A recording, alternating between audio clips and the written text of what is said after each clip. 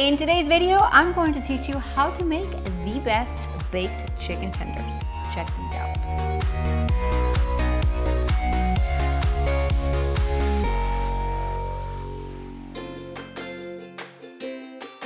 Hi, welcome back to a really easy video. I know it's gonna come in very handy at your house.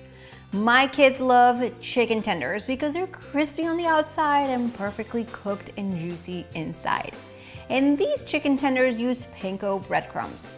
I love using panko breadcrumbs when breading chicken because they are lighter in texture, and since these are not fried, they get really crispy in the oven. I'm gonna show you how I make my own panko breadcrumbs just in case you don't have any or need a gluten-free solution.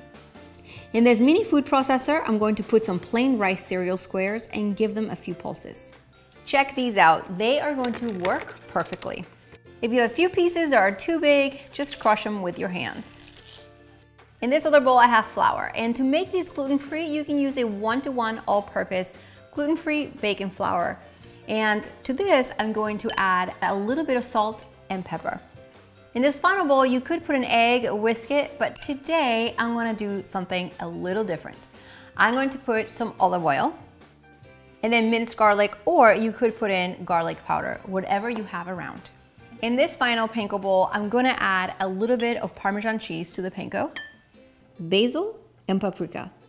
Of course, the Parmesan is optional, but it's going to give you a terrific crunchy texture to the baked crust. So if you omit it, add more panko crumbs. First, we place the tenders in the flour mixture and toss them around to coat. Then, onto the garlic oil bowl and toss them around. The final step is onto the panko mixture, making sure to evenly and thoroughly coat each piece. As they're coated, we're going to place the tenders on a baking sheet. Unbaked chicken tenders can be frozen by placing them on a baking sheet, and once frozen, transfer them into a zip bag. Make sure to label the bag with baking temperature and time so you don't have to search for the recipe, which, by the way, will be linked right below this video. Let's bake these in the preheated oven and bake for 15 minutes.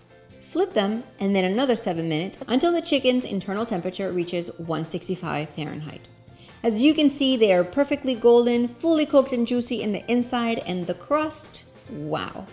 You can serve these with your favorite sauce, but today I have some leftover marinara and it just pairs perfectly.